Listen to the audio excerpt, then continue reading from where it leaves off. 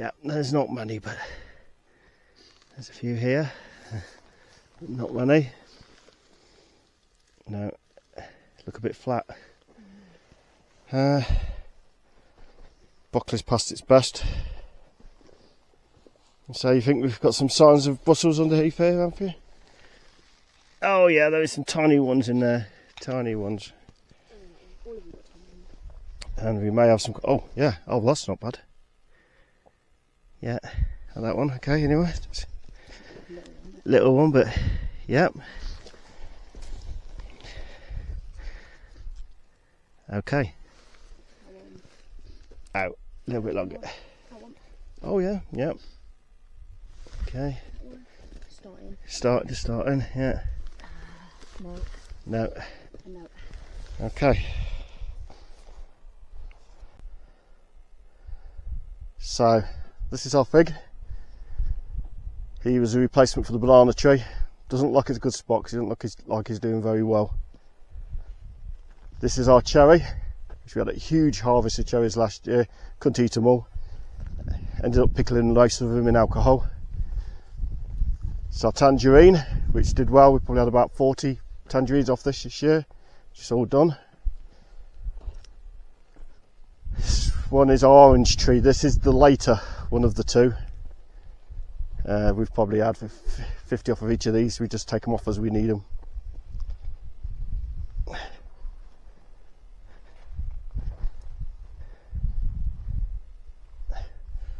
And this one is our early. A lot of them have already gone.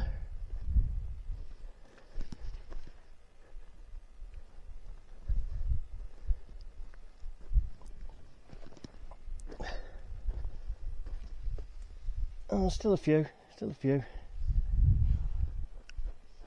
And this is a grapefruit who looks like he's going to be pulled out late spring if he doesn't get his act together.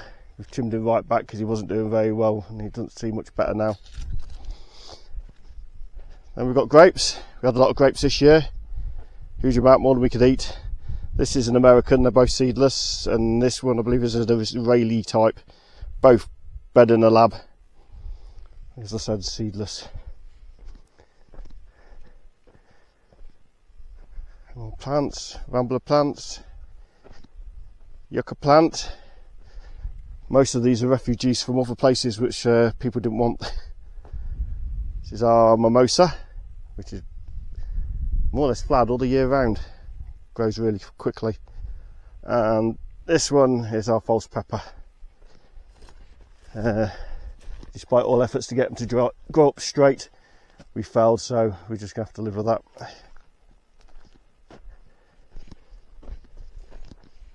And below we have olives. And my trusty little dumper and mini digger. Okay, I'll stop this video and we'll walk around. We're going to have a quick look down below. So we're going to take a walk down to the lower level. I won't say too much about the farm because I might make a separate video at a later date explaining everything. But we'll just come and have a quick look. I trimmed an almond right back down here in winter, or the end of winter. Trying to see, make sure it's taken and all the new green leaf is coming, which is looking pretty good. All the olives also got right cut back. I cut them back the year before and they all bloomed and the branches were still crashing into each other, knocking pollen off, and then of course reducing the olive fruit. So I've trimmed them back even further this year, so hopefully they'll do a bit better. There we go. Yeah, this one I've trimmed right back. This is an almond. We keep the almonds really for nostalgic reasons more than anything, because they were the originals on the land there. They're a little bit more trouble than they're worth, and certainly a lot more trouble than the olives. I'll probably explain at a later time on a different video why. But yeah, he seems to be doing okay. He's greening up well. A few blossoms on there. Okay. Let's have a quick walk along and see what's going on down the bottom. Little stream down the bottom there that runs along. Our land finishes sort of up at the corner of this balsa here, runs all the way along this edge down here, and finishes, you probably just about make that pine tree out across there, finishes there, and then the edges along that sort of gully sort of dyke along the edge. Okay, we'll have a walk back up top and continue with our bicycle ride. So these are 4 eucalyptus trees we've planted in here. The idea being that in the middle of summer it'll cast some shade over the area below where we normally park up caravans, motorhomes, that sort of thing. Okay, I'll just have a quick walk up.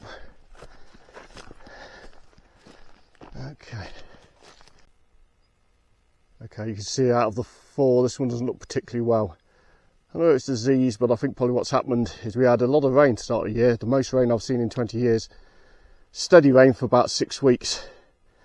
Underneath this ground it's about 1/2 metre, and then it's solid rock, which I did pick through with the jackhammer to get plenty of depth for the roots. But I suspect probably so much rain, the roots got flooded and drowned it, and that's what's caused the damage. Also didn't do the 4 almonds that we recently transplanted. Didn't do them any favours, but they seem to have recovered. Okay, I'll pause it here and we'll continue with our bike ride. The reason we're taking this route today is we had a message from the mayor yesterday morning. She sends everybody a message through WhatsApp of all the latest things that are going on in the village. This road's been closed for quite some time, and apparently it's now finished and it's been reopened. So we're going to try it. This goes by our land, and it's sort of a backtrack shortcut to the nearest little town. Locals tend to use it to come back from the bars when they're drunk.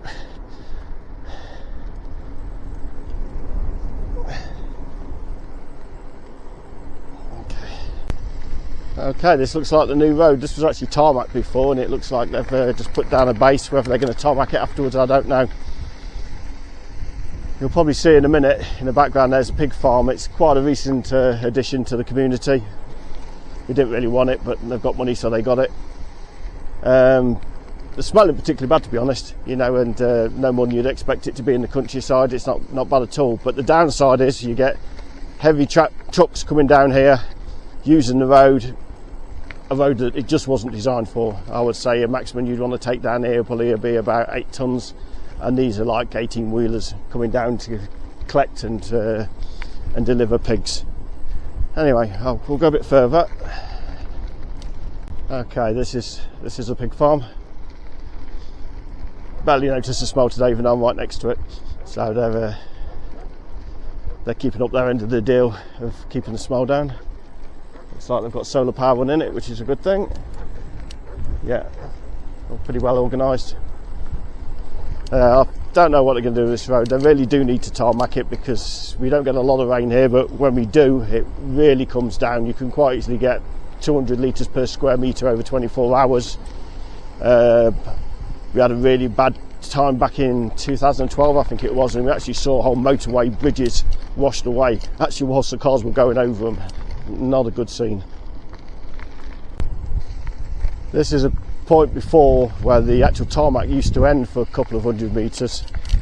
No idea why. The only thing I could probably think of is that the 2 municipals couldn't agree exactly where the boundary was, and therefore just used to stop 200 metres away from each other. So we used to have like tarmac coming from both directions, and then 200 metres of just rough ground, rougher than this.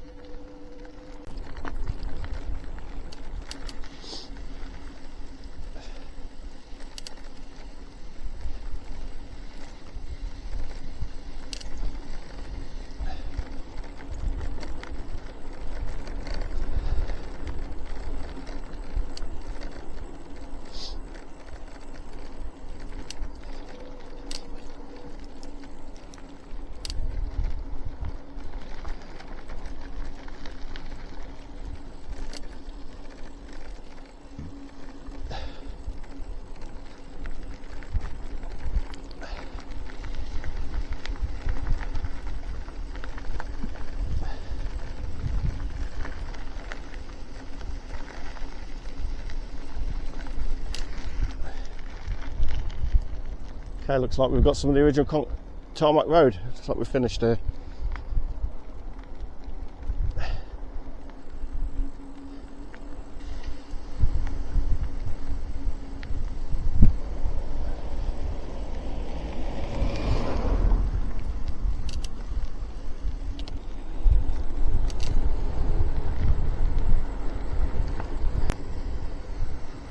Okay, we're coming to the end of what they call the Camino de Agua Amarga, the way of bitter water.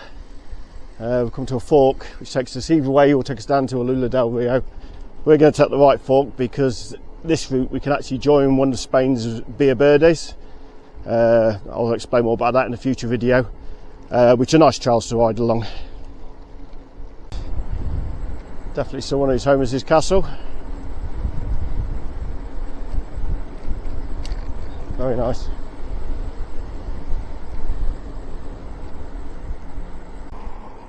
Yeah, slow down a little bit. I seem to have lost Anthea. Just give her a chance to catch up, make sure she's not laid in a car bonnet somewhere. I'm not sure she knows exactly where the entrance is to the Beer Verde down here, so here she comes, she's coming now. Okay, so we're coming up to it here. It's the new road bridge, and then the red bridge here is the Beer Verde bridge, which will probably give you some clue to the origins of this greenway. Very industrial. Okay, so here we are, Beer Verde. We'll take a left onto here. Okay, I'd request to stop, so bear with us. Okay, so we're continuing along the Beer Verde here. This point we're just going past a place called Alula del Rio. It's in the bottom of the valley of Almanzora. I think we only really plan to go on to Fenez. There's a Sunday market on there today, which we're not going to look around, but we'll probably go on to Fenez, stop, have a break, and then make our way back because Anthea wants to get back to make Sunday dinner. So we're going to make this sort of an hour and a half, certainly no more than a 2-hour ride. Okay.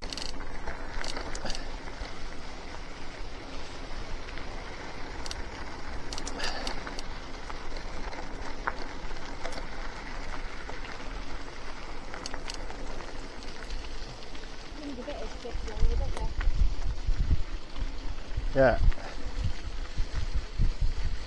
Not too handy, those pillars on there, they're corroding away.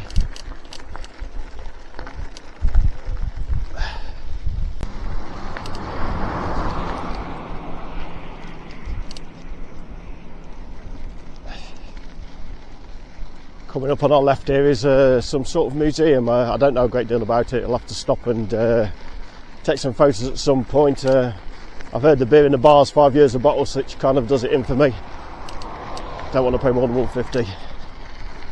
Anyway, we carry on along. We're just going past now the back end of Alula del Rio on my right. We're going to carry on down through. There's an old sort of old railway yard. There's several old machines in there, so that's worth a look. So I'll press record again when we get there.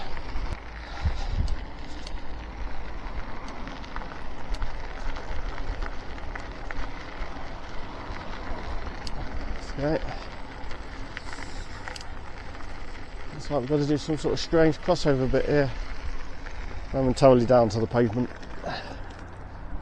There we go.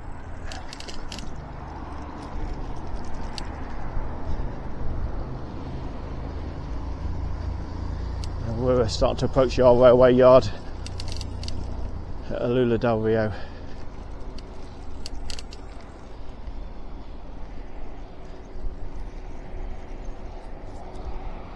Bit of old machinery there. I don't think that was actually originally there. I think that's been put there afterwards. I don't remember.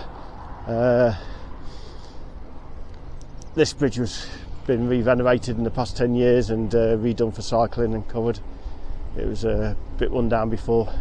Obviously the railings are new, but I think the original structure over the top might have been original. I don't remember.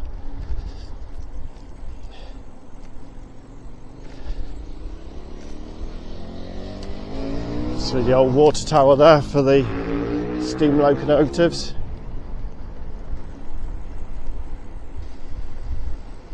Old station building.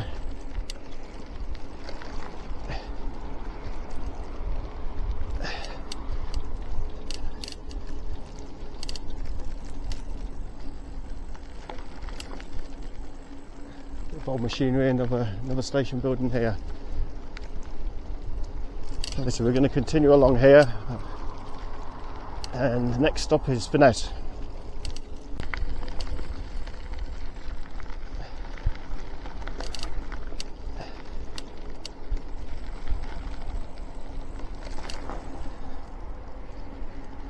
Another nice old bridge coming up that's been renovated. So we'll get a shot with the DSLR at some point, because this is actually underneath his old industrial type steel girders.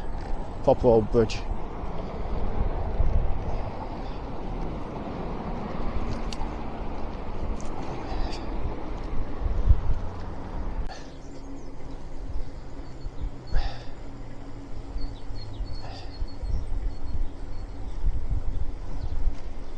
Oh, we're actually coming in at the lower level, aren't we?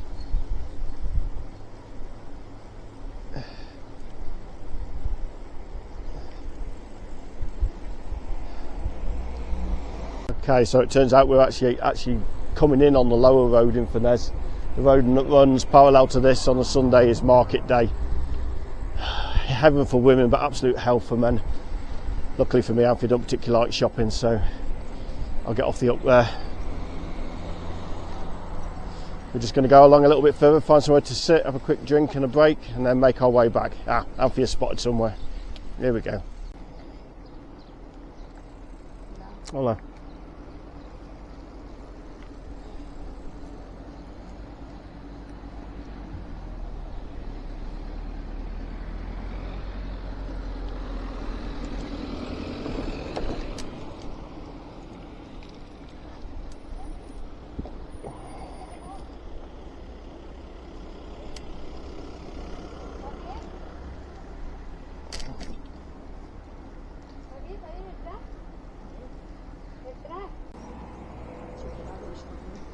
Yeah. Yeah. Yeah, the big bikes.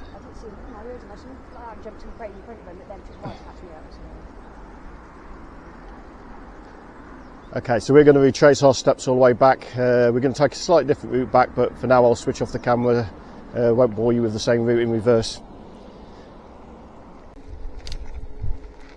Okay, so where these cyclists are up ahead on the left is where we originally joined the Verde. We're going to carry on straight on quite some way until we turn off to go back up to the village.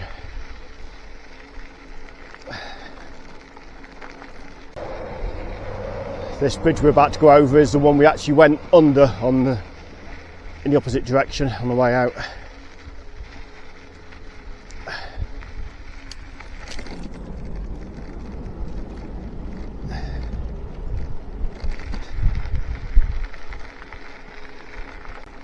Okay, we're coming up to what was a fairly new tunnel going under the road. I suspect originally this was where the railway tracks went, and the road went over the top of the railway tracks after they were disused, and then later on they dug up the road again to put these square tubes in and relaid the road on top. This road incidentally is what we call Dead Man's Bends. It's got an S bend, it's got a dip and a blind spot, and everybody always insists on overtaking around it. Ridiculous amount of people being killed on just these two bends here on what is basically just a B road. Oh, bumpy.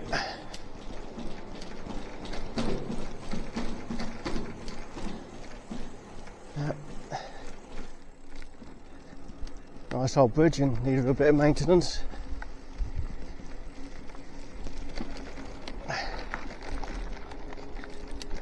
Okay, there we go again. I'll have to try and catch Amphi up. She's looks like she can probably smell the bar.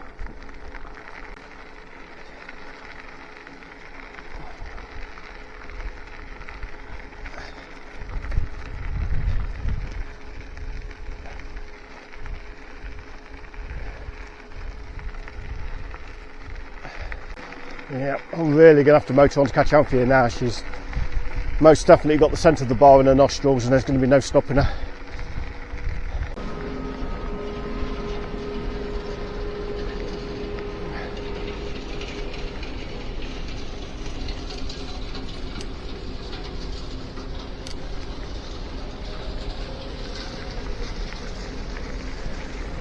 Got all smart and security conscious down here since we were last here, haven't they?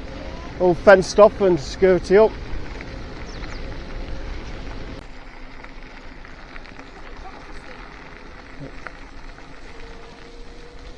So we're coming up to the old station, although you can barely tell now. It's an old railway building which was converted into a, I suppose you can tell looking at the side here, converted into a restaurant stroke bar. And it looks like we're just back going up to the end of it.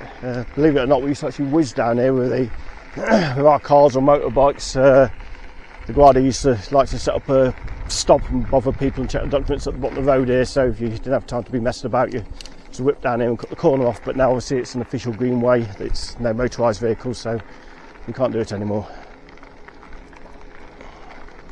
There's a greenway going ahead up to Pachena and through to Mazarrón. We're coming off here and we're going to go back up to the village. Nice bit of smooth ride, I think LPS Bottom will be glad of that. And here we go, gentle climb, approximately 300 metres back up to the village. Okay, so we're coming up to the local olive factory on our right. Everybody brings their olives here, including us. It's closed at the minute now with olive season's finished. So that's them done really now until November. No, I'll tell a lie. Start of October, because that's when they do the virgin olive oil. Right, we'll carry on up to the village. So we're coming back up to the village now, you can just see it ahead. So about 4 kilometres from the bottom up to the plaza. Good steady gradient all the way up. There's probably about, say, 250-300 metres difference from the bottom to the top. So this turning here on the right is the original turning we took down to the farm. Oh, we're going to have to pull over, we've got a car coming.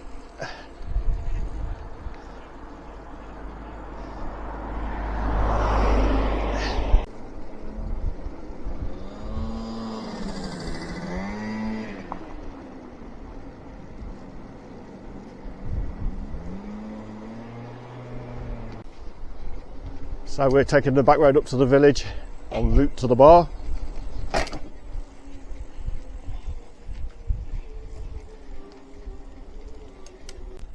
And here we go, we're dropping down into the back end of the village. Typical Spanish narrow streets.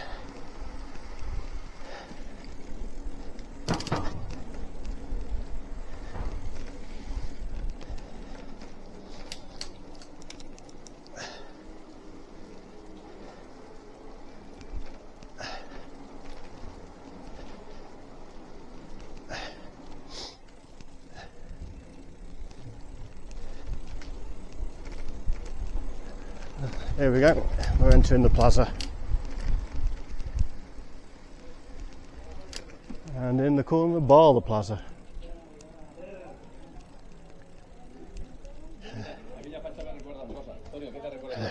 Hola. So we've made it out of the bar and on our way home.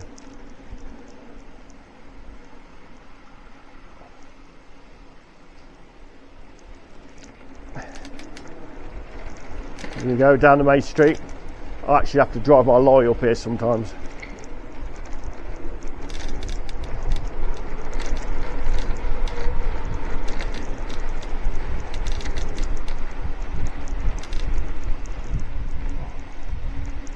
Oh, she's feeling brave today, going the kamikaze way.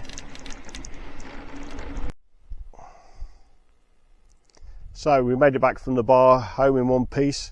Unfortunately the battery ran out before I get a chance to finish the video, but I thought I'd give you a few minutes here at the end. Thoroughly enjoyable day that finished in the bar, can't get any better than that. This is a familiar view you're going to see. I'll just flip you around. That's Pachena. Mountain above that's still got a bit of snow on. The light's not brilliant for photography, but that is Tatica, 2,080 metres high. And Ticola, and Salon is in distance, but it's too hazy to see it. Okay, so we're going to end this video here. Thank you for watching. See you next time.